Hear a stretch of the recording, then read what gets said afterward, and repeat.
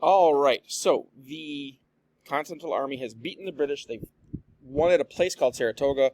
Very little strategic importance, except that they're going to be able to hold the border between America and New England. Let's go way back to a map back here. Okay, here we go.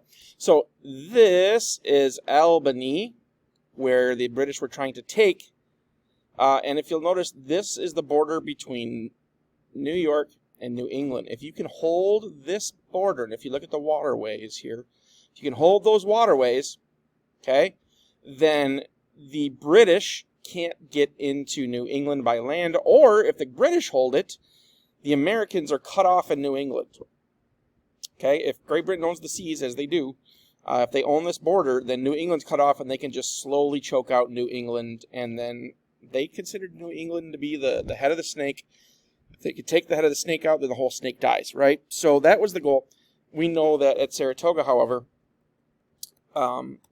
north of actual Albany, the Brits lose to George Washington, and the Battle of Saratoga is the first major victory for the Americans. And we fight them in open battle, the way the British like it, and we win. Strategically, it's nice to be able to keep New England safe. But the big deal with Saratoga is that everything changes. We go from being the huge underdog to having a chance. Nobody in the world certainly believes automatic win, but we have a chance, and here's why. First off, England can no longer attack New England, which is Connecticut, Massachusetts, New Hampshire, etc., by land. They can still do it by sea, but they got to get in at Boston where those cannons are. So realistically speaking, New England's safe. We're going to fight the war out of New England. It's where we're going to train our troops. It's where our Congress is going to hide out. New England is going to be the center for the Revolutionary War for the Americans. Secondly, the Brits have been operating the war in what I call the Mike Tyson way, which is one big punch. All they got to do is land one massive hit, one big hit, and the Americans will give up. And that's what they've been trying to do, but unfortunately for the Brits, George Washington keeps running away and keeps hiding and keeps the army intact. All they do is capture that army and the war's over, and Washington's too smart. They can't do it. After we win at Saratoga, Great Britain's going to give up on the one big punch theory. They're going to switch to traditional war tactics, which is blockade the ports, build forts, take over state capitals, march around and secure important supply lines. So it's no longer going to be about chasing down Washington and capturing the army. It's now going to be about choking off the Americans or taking the capital, which is in this case would be Boston. So the British are going to turn into like a traditional war, which takes a lot more troops and a lot more resources, and they're actually going to come at us. It's no longer capture Washington and win. Third, it's an actual win for the soldiers. It wasn't sneaking up on Germans on Christmas night and slaughtering them. It was an actual face-off. Your army versus my army. Let's duke this out, and we won, which made the Americans feel like we have a chance in the war. And we're coming up on another winter, and remember what happens in winter. The army starts to go home. And this meant that the army's more likely to stick around. But here, the fourth one is the doozy.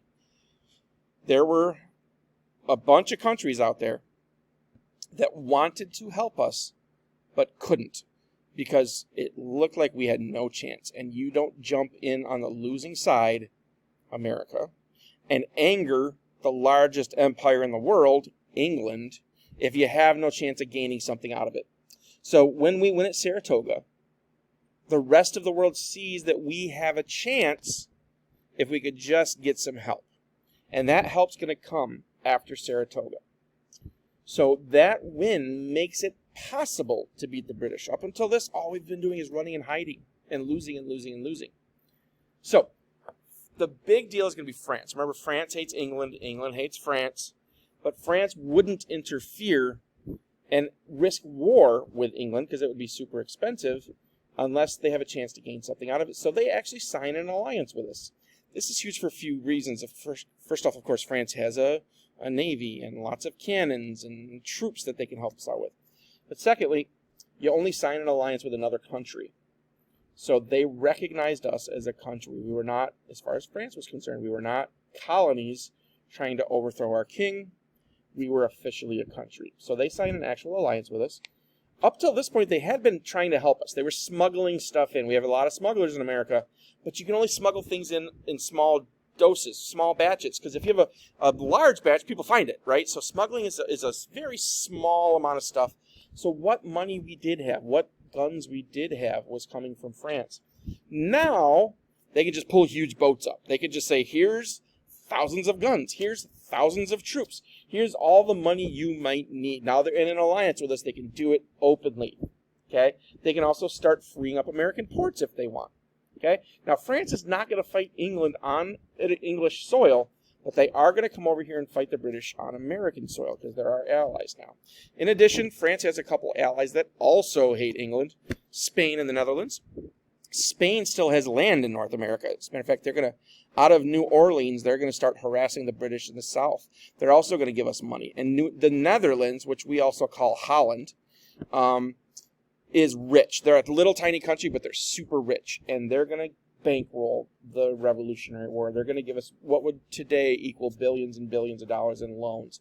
We're going to have to pay it back eventually, but we can pay our troops now. We can buy cannons off of the profiteers.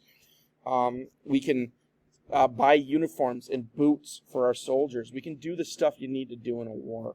We can give those soldiers money to send home to their family for the winter so they don't disappear in the winter to go try and take care of their family. This is pretty huge. In addition to official support from countries like France saying, you are now our ally, individuals within these countries are going to come over and teach us how to fight. Americans know how to shoot a gun, but we don't know how to fight in a formation. We don't know how to use cavalry. We don't know how to take a fort down. And that's all stuff that countries in Europe knew how to do because they've been doing it for hundreds of years. We were clueless. So these four guys are going to come over and help us out. We're going to go through them individually. But the important thing to remember about these guys is they're all rich. They're all the kind of guys that have benefited from this king situation where the king gives land to these guys and these guys give land to someone else. So they're pretty dedicated to the concept of freedom. This is like 17 generations later, the great-great-great-great-great-grandkids of the original nobles. They're reading books and saying, you know, the system is kind of flawed. I mean, we're making money and we're rich and that's awesome, but the world is heading in the wrong direction. So they're going to join the American cause because of the concepts of freedom and all men are created equal and that you get to benefit from your own hard work. So the most important of the four is the first one over here. That's Marquis de Lafayette. Marquis is a really high-ranking British person. This guy is super rich. He has been serving in the French military before. He is a field general. He's one of those guys that runs the troops. They say, you know, let's go take the ridge, and he takes the ridge. He is going to be Washington's friend, but also most importantly, his right-hand man, the guy that Washington says, go do this, and he gets it done. There's another guy named Benedict Arnold we'll talk about later, but Benedict Arnold's going to betray Washington. And then Marquis de Lafayette becomes the number one guy.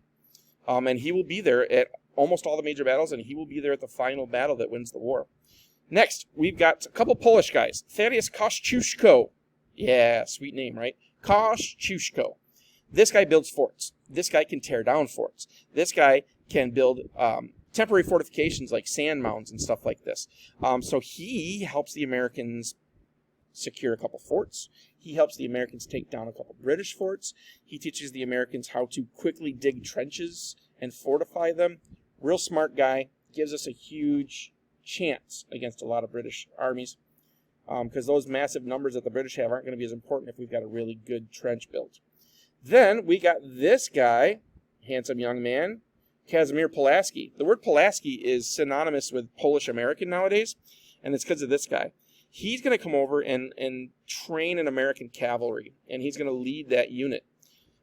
Cavalry is important. In the Middle Ages, cavalry would have swords, and they'd be practically unstoppable because of the momentum on horseback that they would have. They could plow into the enemy.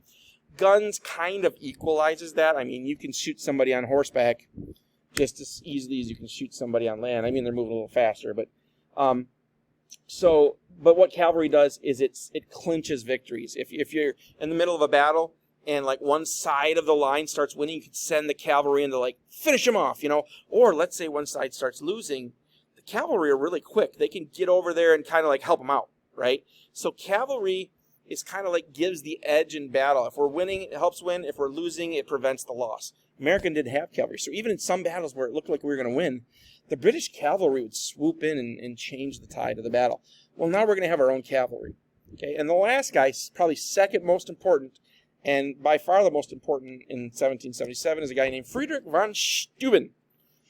Friedrich von Steuben is a German guy, and he's going to train the Americans. He's what we would now call a drill sergeant.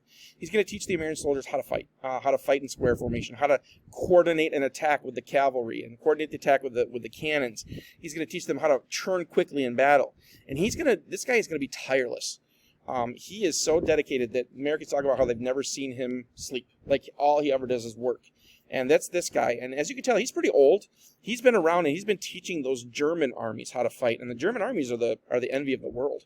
And he's going to do some amazing stuff. So, Americans it's time to settle down for the winter. Can't fight in the winter. Guns don't fire very well.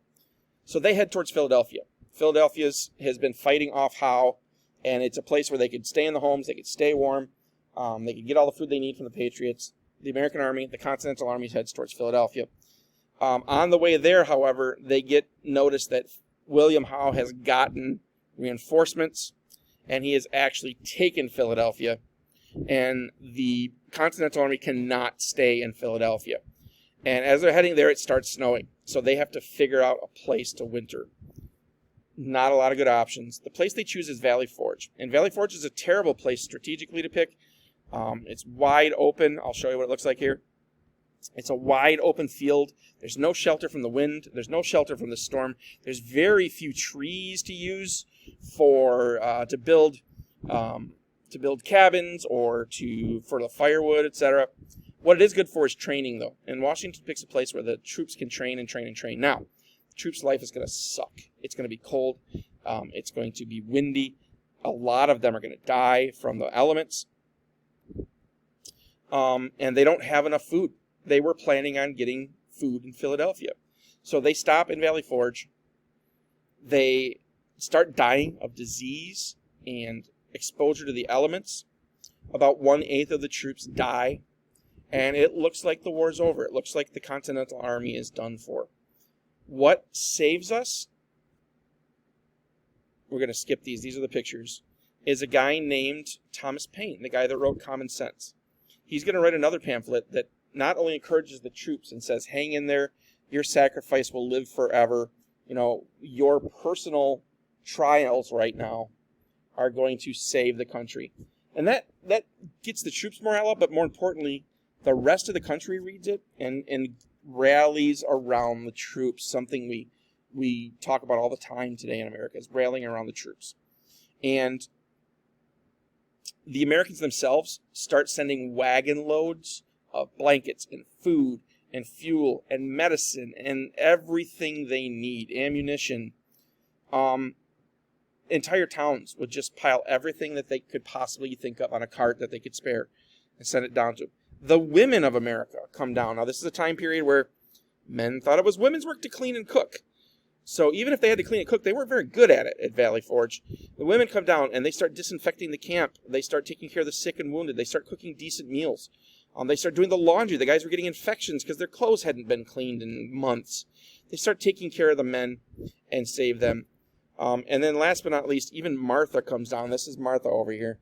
And she comes down, and that bolsters troops because she's this grand old lady that doesn't leave her house and mostly throws parties, and she comes down and visits with the troops.